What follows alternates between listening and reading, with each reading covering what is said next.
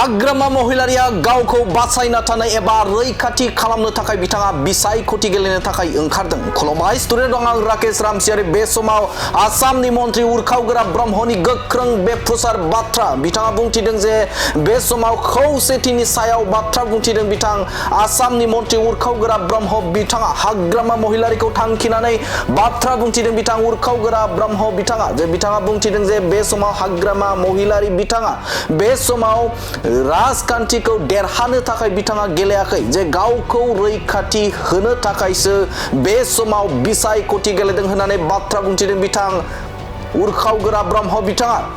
এই ক্ষমতাত আহিবলৈ নিৰ্বাচন খেলিব যোৱা নাই, ই বাচি থাকিবৰ কাৰণে নিৰ্বাচন খেলিব। आसामनि मन्त्रि उरखावगोरा ब्रह्म बिथाङा गोख्रों जादों आरो गोख्रों जानानै बिथाङा बुंथिदों जे खौसेथिनि बाथ्रा, जेराव दुलाराय बर' फरायसा आफाद आरो मोन 14टा माहारियारि आफादा बे समाव खौसेथिनि थाखाय बाथ्रा बुंदों आरो बे बाथ्राखौ थांनाय जे 12 आगस्तनि गेजेराव एबा सिगांनो बे समाव मोन्नैबो राजखान्थि हानजाजों सावरायनानै मोनसे फिथाइ थायहोनो थाखाय नाजादोंमोन एबा सेस्था खालामदोंमोन।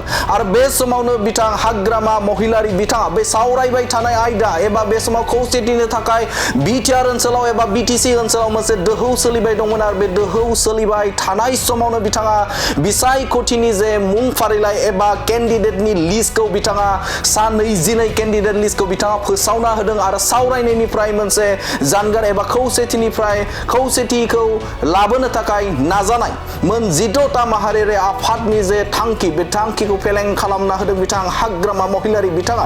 आरो बे बाथ्राखौनो लानानै बिथां उरखावगोरा ब्रह्म बिथाङा बुंथिदों जे बे समाव बिथाङा बिसायख'थिखौ बिथाङा देरहानो थाखाय गेलेयाखै, बिथाङा बे समाव गावखौ रैखाथि होनो थाखायसो बे समाव बिसायख'थि गेलेदों होननानै बाथ्रा बुंथिदों बिथां उरखावगोरा ब्रह्म बिथाङा। 12 তাৰিখটো ৰৈ নাথাকি পেলাই 4-5 দিন আগতে কেণ্ডিডেট ডিক্লেয়াৰ কৰি দিলে আৰু কেণ্ডিডেট ডিক্লেয়াৰ কৰাৰ পিছত প্ৰায় 22টামান সমষ্টিত কেণ্ডিডেট ডিক্লেয়াৰ কৰি দিলে। তাৰপিছত একত্ৰীকৰণৰ আলোচনাৰ প্ৰক্ৰিয়াটো তেওঁ বন্ধ কৰি থলে। आरो उरखावगोरा ब्रह्म बिथाङा बुंथिदों जे बे समाव हाग्रामा महिलारि बिथाङा जे खौसेथिखौ हास्थाया एबा लुबैया बेनिनो मोनसे फोरमान।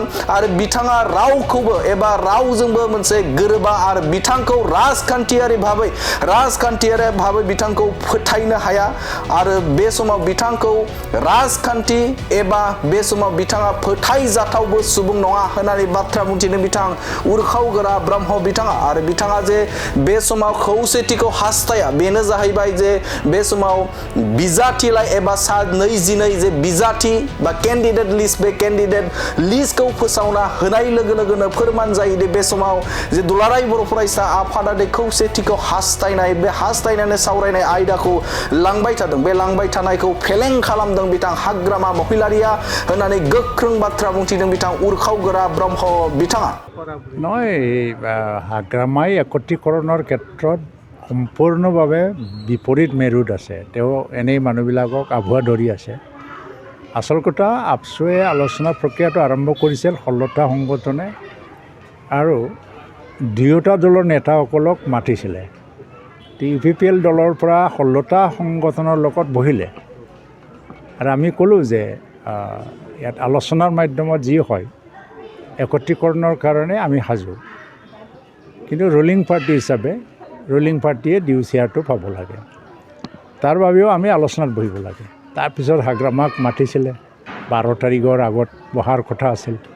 তেওঁ 12 তাৰিখটো ৰৈ নাথাকি পেলাই 4-5 দিন আগতে কেণ্ডিডেট ডিক্লেয়াৰ কৰি দিলে আৰু কেণ্ডিডেট ডিক্লেয়াৰ কৰাৰ পিছত প্ৰায় 22টামান সমষ্টিত কেণ্ডিডেট ডিক্লেয়াৰ কৰি দিলে। তাৰপিছত একত্ৰীকৰণৰ আলোচনাৰ প্ৰক্ৰিয়াটো তেওঁ বন্ধ কৰি থলে। তাৰপিছত এনেই এটা ব্লেম গেম চলাই আছে আৰু হাগ্ৰামা মহিলাৰী আজিৰ দিনত এটা বিশ্বাসযোগ্য ব্যক্তি নহয়, বিশ্বাসযোগ্য ৰাজনীতিক নেতাও নহয়, কাৰণ তেওঁ ৰাজ্যৰ লগতো এটা আভুৱা ধৰি আছে আৰু নিজৰ দলৰ কৰ্মী আৰু সমৰ্থকসকলকো আভুৱা ধৰি আছে।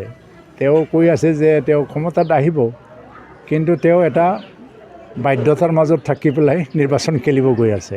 এই ক্ষমতাত আহিবলৈ নিৰ্বাচন খেলিব যোৱা নাই, ই বাচি থাকিবৰ কাৰণে নিৰ্বাচন খেলিব।